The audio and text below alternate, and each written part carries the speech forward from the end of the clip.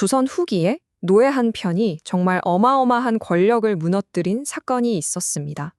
오늘 이야기할 합강정가가 바로 그 주인공인데요. 여러분, 한번 생각해 보세요. 시 한 편으로 그 지역의 최고 권력자, 그러니까 지금의 도지사급인 관철사를 자리에서 끌어내린다? 이게 가능한 일일까요? 믿기지 않겠지만 1792년에 정말로 그런 일이 있었습니다. 이름도 없는 어떤 사람이 쓴 노래 한 가락이 부패한 관리를 심판대에 세운 거죠. 자, 그럼 대체 어떻게 이 노래, 합강정가가 그야말로 세상을 뒤흔들 수 있었는지 그 배경부터 한번 차근차근 따라가 보겠습니다. 이 흐름을 좀 보세요. 정말 순식간에 벌어진 일입니다. 어떤 익명의 시가 딱 쓰여지고 이게 사람들한테 알려지자마자 불과 몇 달 만에 왕의 귀에까지 들어간 거예요. 그리고 그 결과는 부패한 관찰사가 바로 파면되는 진짜 영화 같은 일이었죠. 자, 그럼 이 엄청난 저항시를 태어나게 만든 그 사건의 현장으로 한번 가볼까요? 모든 일의 시작, 바로 합강정에서 열린 연회입니다.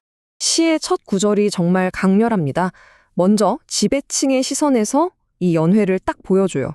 감사에겐 풍류요. 하지만 바로 다음 구절에서 분위기가 확 바뀌죠. 백성에겐 원수로다. 바로 이겁니다. 누군가의 즐거움이 다른 누군가에겐 얼마나 끔찍한 재앙이었는지를 그냥 한 문장으로 꿰뚫어 버리는 거죠. 아니, 대체 무슨 파티를 하길래 이랬을까요? 한번 보세요.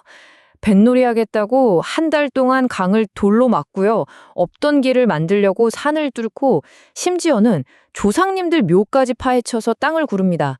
백성들 먹을 거, 키우던 가축, 살림살이까지 다 뺏어가고 밤에는 강가에 사람들을 횃불처럼 세워뒀더니 이건 뭐 한 사람 즐겁자고 정말 수많은 사람들을 지옥으로 밀어넣은 거나 다름없네요. 이 시가 대단한 건 그냥 힘들었다고 말하는 게 아니에요. 아주 구체적으로 마치 현장 고발 리포트처럼 백성들의 고통을 낱낱이 기록하고 있다는 점입니다. 이건 그냥 시가 아니라 생생한 증언이었던 거죠.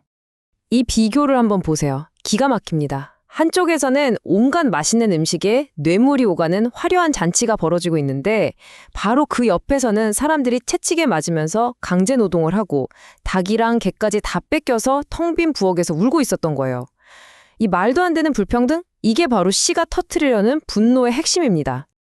그리고 이 모든 상황을 딱 4글자로 요약하는 사자성어가 있죠. 바로 가렴주구입니다. 가혹하게 세금을 걷고 무자비하게 재물을 빼앗는다. 당시 상황이 어땠는지를 이보다 더 정확하게 표현할 수는 없을 겁니다. 이 구절은 정말 뼈를 때립니다. 여러 고을 관리가 대접한 것이라 백성의 피와 기름 아닌가. 관리들이 차려놓은 그 화려한 잔치상이 결국은 백성들의 피를 짜고 기름을 짜내서 만든 게 아니냐고 정말 날카롭게 묻고 있는 거죠. 수탈의 규모가 어느 정도였는지 보여주는 구절도 있어요. 사방 북은 십리 안에 닭과 개가 멸종하네. 십리면 거의 4km잖아요. 그 넓은 동네에서 닭이랑 개가 아예 씨가 말랐다는 겁니다. 얼마나 샅샅이 철저하게 빼앗아 갔는지 상상이 가시나요? 근데 관리들의 악랄함은 여기서 끝이 아니었어요. 백묘나되는 벌건 땅에 백지징세하는구나. 이게 무슨 말이냐면 아무것도 안 나는 맨 땅, 불모지에다가 세금을 매겼다는 거예요. 이걸 백지징세라고 하는데 세금을 낼 방법이 아예 없는 걸 알면서도 그냥 세금을 부과한 거죠. 정말 잔인하지 않나요? 이건 정말 선을 넘은 거죠.